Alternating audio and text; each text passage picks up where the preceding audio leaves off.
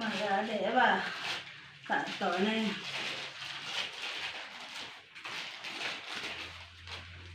മല്ലികേ, എടി മല്ലികേ, ഞാൻ പോകുക.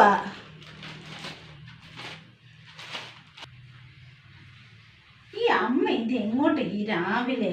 എത്ര വട്ടം പറഞ്ഞാലും കേൾക്കുകയല്ലോ എൻ്റെ അമ്മേ. വല്ലതും കഴിച്ചിട്ട് പോമേ, ഒന്നാമതെ തലകറക്കമാണെന്നൊക്കെ ഈ അമ്മ പറയുന്നുണ്ട്. അല്ല, ഇവിടെ ഇരുന്നാൽ പോരെ? അമ്മയ്ക്ക് വല്ല മരുന്നൊക്കെ വേണമെങ്കിൽ അവനോട് പറഞ്ഞാൽ അവനത് വാങ്ങി തരുന്നുണ്ടല്ലോ.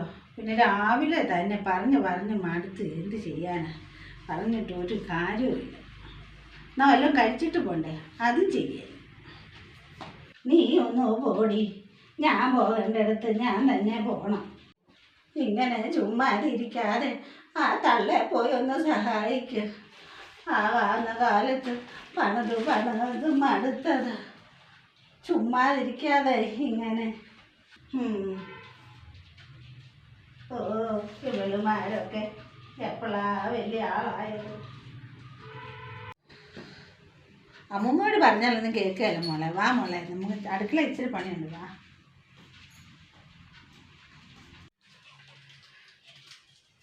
എൻ്റെ മോളെ, അമ്മൂമ്മയോട് പറഞ്ഞാലൊന്നും അമ്മൂമ്മ കേൾക്കുകയല്ല മോളെ. അമ്മൂമ്മ അത് പോകാതിരിക്കാൻ അമ്മൂമ്മയ്ക്ക് പറ്റില്ല. എന്താണെന്ന് വെച്ചാൽ ചെറുപ്പത്തിൽ തന്നെ മോൻ്റെ അച്ഛൻ പോയില്ലേ? ആ സമയത്ത് ഈ അമ്മ എന്ത് ചെയ്യണമെന്നറിയാതെ പകച്ച് നിൽക്കുകയായിരുന്നു. അന്ന് ഈ അമ്മയ്ക്ക് താങ്ങും തണലുമായിട്ട് നിന്നിരുന്നത് ഈ അമ്മൂമ്മയാണ്. അമ്മൂമ്മ അന്ന് അമ്പലത്തിൽ മാല കെട്ടാനൊക്കെ പോകുമായിരുന്നു. പറ്റുന്ന ജോലിയും പണിയൊക്കെ ചെയ്യുമായിരുന്നു. അന്ന് തുടങ്ങി അമ്മൂമ്മേനെ എല്ലാവർക്കും ഭയങ്കര കാര്യമായിരുന്നു കേട്ടോ. അപ്പോൾ അമ്മൂമ്മേനെ അമ്പലത്തിൽ വരുന്നവരും പരിചയക്കാരും ഒക്കെ കുറച്ച് പൈസയൊക്കെ കൊടുത്ത് സഹായിക്കുമായിരുന്നു. പറയുവാണെങ്കിൽ അമ്മൂമ്മയാണ് അവനെ പഠിപ്പിച്ചത്. അതിൻ്റെ ഒരു സ്നേഹം അവനുണ്ട്. അതുകൊണ്ടാണ് അവനിപ്പം ജോലി കിട്ടിക്കഴിഞ്ഞിട്ടും ശമ്പളം കിട്ടിയാൽ ഒരു വീതം അമ്മൂമ്മയ്ക്ക് കൊടുക്കും. അമ്മൂമ്മയെന്ന് പറഞ്ഞാൽ അവന് ഭയങ്കര ജീവനം. അതൊക്കെ അന്നത്തെ കാലമല്ലേ അമ്മേ.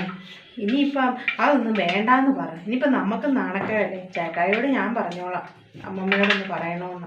ഇനി എന്നാ കാണാനാ പോകുന്ന അമ്പലത്തിലോട്ട്? അമ്മേ, അമ്മൂമ്മയ്ക്ക് പൈസ ഉണ്ടല്ലോ, ചേട്ടായി കൊടുക്കുന്നുണ്ട്. പിന്നെ അമ്പലത്തിൽ നിന്ന് പൂമാല കിട്ടുന്നുണ്ട്, പെൻഷൻ തുകയുണ്ട്. ഈ പൈസയൊക്കെ അമ്മൂമ്മ എന്നാ കാണിക്കുക? അത് പിന്നെ നമ്മളെ ഞങ്ങളാരും അമ്മൂമ്മയോട് ചോദിക്കുന്നില്ല പൈസ എന്നാ കാണിക്കുന്നു, എന്ത് ചെയ്യുന്നു എന്നൊന്നും. അന്നൊക്കെയെന്ന് പറഞ്ഞാൽ നമുക്ക് ഇച്ചിരി ബുദ്ധിമുട്ടില്ലായിരുന്നു. അമ്മൂമ്മയായിരുന്നു മിക്ക കാര്യങ്ങളൊക്കെ നോക്കുമായിരുന്നു. ഇന്നിപ്പോൾ അവന് ജോലിയൊക്കെ കിട്ടിയില്ലേ, എല്ലാ കാര്യവും ഭംഗിയായി നടക്കുന്നു. അമ്മൂമ്മ എന്ത് ചെയ്യുന്നെന്ന് അമ്മൂമ്മയ്ക്ക് മാത്രമേ അറിയത്തുള്ളൂ. എന്നൊക്കെ പറഞ്ഞാലും ഇല്ലമ്മ, ഇത് നിർത്തണം. ഇതിങ്ങനെ പോകുന്നത് നല്ലതല്ല.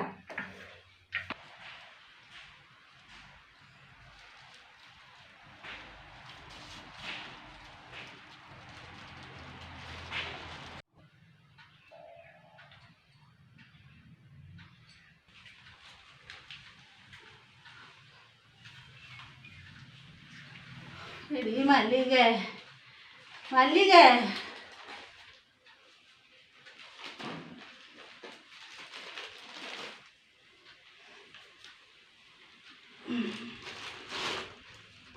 ഇച്ചിരി കുടിക്കാൻ ഇങ്ങനെ എടുത്തേ കുറച്ചേ.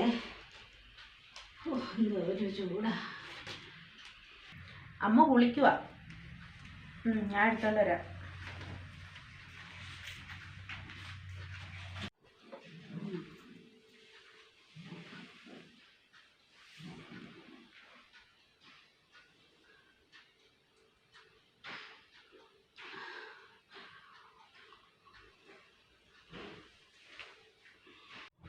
അമ്മൂമ്മയോട് എനിക്കൊരു കാര്യം പറയാനുണ്ട്.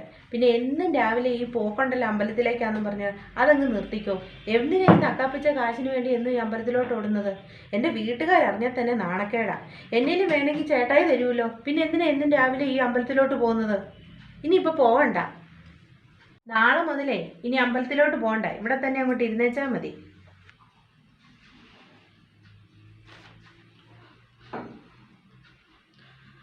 ആര് പറഞ്ഞാലും ഞാൻ പോകും. എനിക്കെൻ്റെ മഹാദേവനെ കാണാതിരിക്കാൻ പറ്റില്ല. ഞാൻ പോകും. ആര് പറഞ്ഞാലും ഞാൻ പോകും. അത് നീ മിണ്ടണ്ട. ആ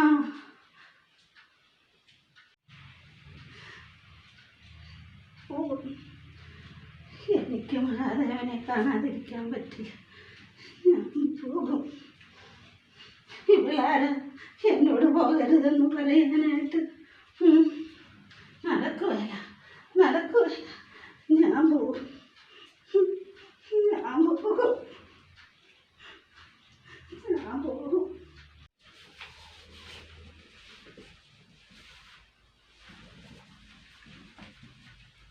അവളിനി എന്ത് പറയോ ആവോ? എന്ത് പറഞ്ഞാലും ഞാൻ പോവും. മഹാദേവനെ കാണാൻ പോകും. എൻ്റെ മഹാദേവ കാട്ടണേ.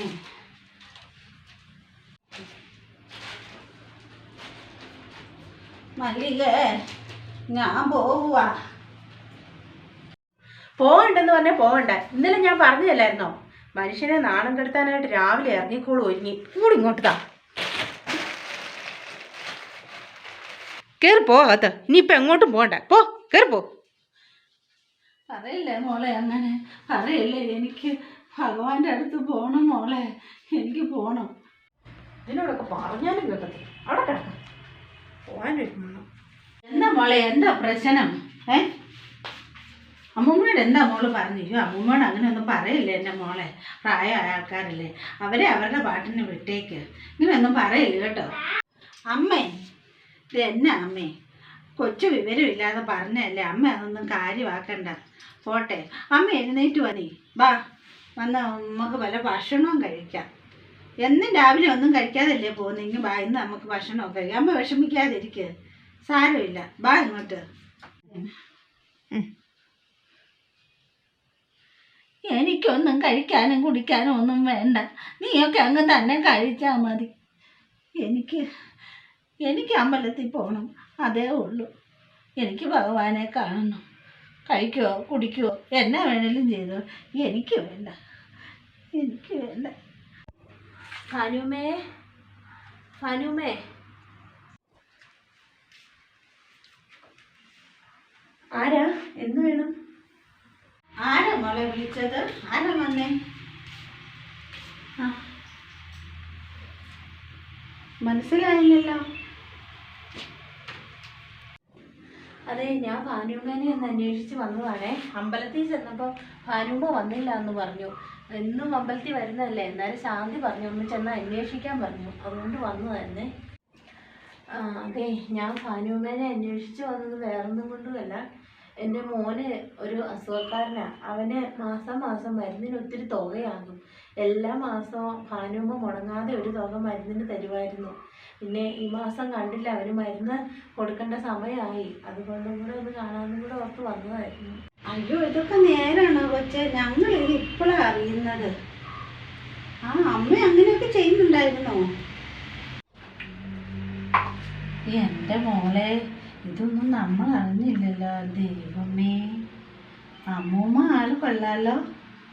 എന്തായാലും നല്ല കാര്യം. ഈശ്വരാ മതി. അപ്പം നിങ്ങൾക്കിതൊന്നും അറിയത്തില്ലായിരുന്നോ? ഞാൻ വിചാരിച്ച് നിങ്ങൾക്ക് ഇതൊക്കെ അറിയായിരിക്കും. അമ്മൂമ്മ വന്നിതെല്ലാം പറയുന്നുണ്ടായിരിക്കും എന്നാണ് വിചാരിച്ചിരുന്നത്. എന്നെ മാത്രമല്ല, കൊച്ചുമക്കൾക്ക് ബാഗ്, കൊട എല്ലാം ഓരോ കുഞ്ഞുങ്ങൾക്ക് വാങ്ങിക്കൊടുക്കാനൊക്കെ നല്ല മനസ്സുള്ള ഒരു അമ്മയാണ് ഭാനുമ്മ. അതുപോലെ തന്നെ ഞാൻ എൻ്റെ കണ്ണുകൊണ്ട് കണ്ടതാ. തെക്കേലെ മായയുടെ ഭർത്താവ് കൊറോണ കൂടി കിടന്നപ്പം അവർക്ക് വീട്ടിൽ വാടക പോലും കൊടുക്കാൻ കാശില്ലായിരുന്നു. അപ്പം ഞാനിങ്ങനെ വരുന്ന വഴിക്ക് ഞാൻ കണ്ടതാ, ഭാനുമ്മ അമ്മയുടെ കമ്മലൂരി അവർക്ക് കൊടുത്തു വാടക പൈസയ്ക്ക് വേണ്ടിയിട്ട്. അങ്ങനെയൊക്കെ എന്തെല്ലാം പേരെ സഹായിക്കുന്നു. എനിക്കറിയാവുന്നത് ഇത്രയേ ഉള്ളൂ, ഇനി അറിയാത്തത് എന്തേലും ഉണ്ടെന്ന് ആർക്കറിയാം. ഭാനുമ്മ ഞങ്ങൾക്ക് വെറും ഒരു അമ്മയല്ല, ഞങ്ങളുടെ കൺകണ്ട ദൈവവും കൂടെയാ. അമ്മ ഇറങ്ങി വന്നോ? ഞാനേ അമ്മയെ കാണാഞ്ഞിട്ട് ഇങ്ങോട്ട് വന്നതാ. ശാന്തി പറഞ്ഞു വിട്ടതാ ഞങ്ങളെ.